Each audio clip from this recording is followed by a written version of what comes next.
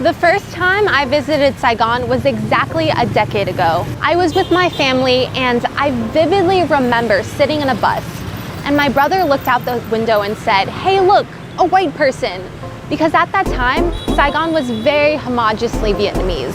However, nowadays, even in the more obscure parts of Saigon, you're very likely to find a long-maned Australian or a British hippie or a Japanese businessman. I mean, granted, they do contribute significantly to Vietnam's economy, but there are definitely some weird power structures at play. For example, a lot of the expats are seen as above the law or superior to the local people.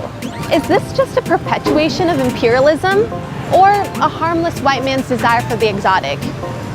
I don't think these questions really have answers, but they do warrant some thought, which is why we're here in District 2, also known as Thao Dien.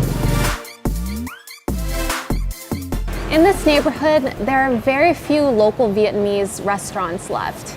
You're more likely to find craft beer or avocado toast. And I mean, I'm from LA, so once in a while I will spend 200,000 dong on a salad, though I will feel a little bit guilty just because I could literally buy a week's worth of dinners for the same price.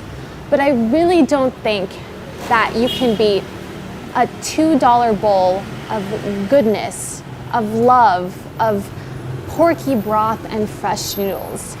It's like holding a warm baby. The noodles are made from the owner's mom. She makes them fresh every single day and then delivers it to the restaurant. The broth is made from pork bones that are stewed for hours and hours on end. And then it's topped with fresh green onions and crispy shallots. Lots of chili. And then I always put more chili, a squeeze of lime in there, give it some acidity. There's a lot of different types of bun in Vietnamese cuisine. There's bun xèo, bun bao, bun ước, bun jam, bun bèo, bun, all types of buns. But this is a very special type of bun, bun can. So bun can is a type of noodle. It's very sticky. It's like the Vietnamese equivalent to mochi. It's made out of rice flour and water. They pound it, they knead it, and then they cut it by hand until it's like this thick noodle shaped form. This type of bun, you really gotta spend time to chew it.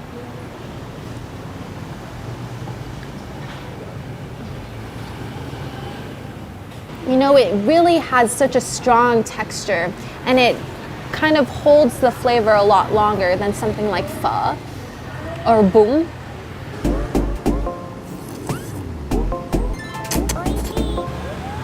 It just like slips and glides and slides in your mouth and then it's chewy and you get the fresh herb. We shouldn't be losing places like this where locals and expats and anyone really can come and enjoy a cheap bowl of noodles that essentially is Vietnam. This is the heart of Vietnamese culture. And over here, we have one of the rarest sights of all, a Buffalo Wild Wings, right in the heart of District 2, Saigon, Vietnam. This type of establishment is probably the epitome, a symbol of the epitome of American culture. This place serves for people to gather and drink beer and eat chicken wings and watch sports games. And as you know, Vietnam is not exactly known for its football teams. It's really interesting because Thao Dien has kind of become a reverse Chinatown. I mean, the idea of Chinatown is usually a cultural hub for Chinese immigrants, but Thao Dien has become a haven for expats. Instead of plastic food stands and shabby craft shops, you're more likely to find an organic shop or a yoga studio. Another reason why Thao Dien is like a reverse Chinatown is because it's super freaking quiet. The Chinatowns of the West are known for their chaotic nature. And Thao Dien provides a really nice, calm and quiet contrast to the chaotic, almost deafening bustle of District 1. With the metro line set to be completed in 2019, running from District 2 to District 1, Thao Dien has become a center for urban development with sky-high apartment complexes and mega malls being built at alarming speeds. So Among all this development and gentrification, how do you preserve Vietnamese culture? We're here at Quang Bui, which is a family-owned restaurant serving elevated home-style Vietnamese food. Though the price range is a little bit more than what you'd normally pay for Vietnamese food, don't worry, this isn't watered-down tourist Vietnamese cuisine. Even though it's expat-friendly and very Western-friendly, they've managed to preserve the essence of Vietnamese cuisine.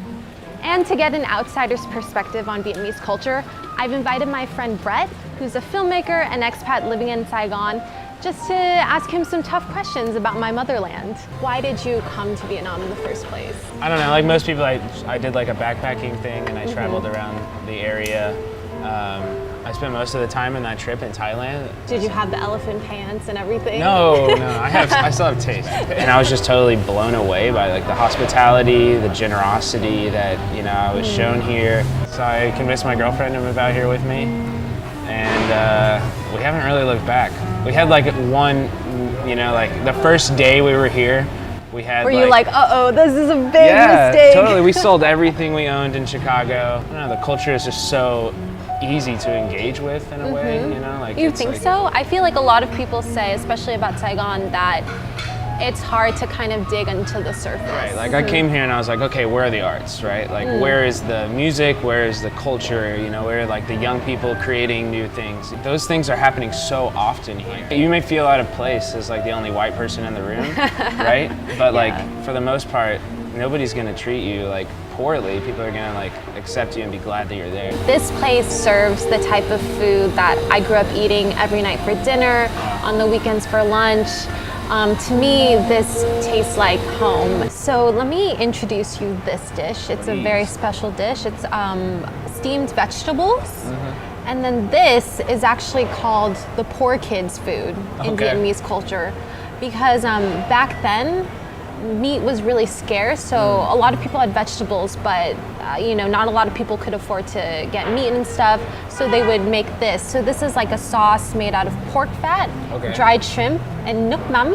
And what you do is you dip the vegetables into this sauce. If you're eating lunch, dinner, as a family, you always have can, which is like a soup. And this is one of my favorite cans. It's can khoai ma, which is it's a type of like taro that is extremely purple. We didn't up the saturation on this. So everything is so colorful. It's like, I love how colorful Vietnamese it's a very visual like it makes it more fun too, to eat. Obviously, as an American living in Saigon, you're probably treated differently as the locals. Being here, you know, I'm definitely like, I stand out, right? I'm like taller than most people. It made me feel uncomfortable a little bit, you know, like having people stare at you as you like walk down the street. Right. But if you like look at them and smile back, give them a nod, like acknowledge them, like it's always gonna be returned with like warmth. Do you ever feel like you're treated maybe better than the local people? Yeah, totally. Or you have certain privileges? Definitely, of course. Like I'm a photographer, and talking with like my Vietnamese photographer friends, you know, I'm always like, yeah, wow, it's so easy to, you know, get people to allow you to take photos. Like I'm always asking people, can I take your photo? And they're always saying yes, right? But when I talk to my local friends, I mean, Vietnam is obviously not the most economically strong country. The locals do view white people as above them, and they are kind of not programmed to think that way, but I don't blame them for seeing it that way. It's you know? it's the way that the entire world has been socialized. I mean, but that doesn't mean that's how it should be. Of course, it's not the truth, but it is the dominant like thought, right? Right. And so what do you think of a place like Thao Dien? I think overall it's good. This space should exist. For Saigon to be like a modern metropolitan city, these places do need to exist. But at the same time, like, I feel a little bit weird coming here, right? Like it feels like you can forget that you're in Saigon. I'm not sure that I really like that. Like I see all this urban development and all these foreign companies investing in Saigon and all the Starbucks and things like that. And I think this is great because it has the potential to improve the infrastructure, improve people's lives. You know, where it gets problematic is where does Vietnamese culture fall within all of that? Because it's not like Vietnamese culture can't be modern. Saigon is a really interesting city for that, right? Because it's like changing and developing so much, and it's becoming so modern and international. I think you're always still going to have the corner pho shop. I think you're right. I think Vietnamese culture is strong enough. And even some place like this that is presenting Vietnamese food in a way that is still really digestible for foreigners, you know, why can't Vietnamese cuisine be elevated to this price point? Living in Vietnam as like a responsible foreigner is like engaging with a local, like my neighbors, you know, like knowing my neighbors, practicing my Vietnamese, you know, like jumping in when they're watching the football game and if they invite me in, you know, and like drinking with them, you know. So those are like my richest experiences here. Those are some of my richest experiences as a Vietnamese person also. And so I just hope those don't go away in this grand urban future of Saigon.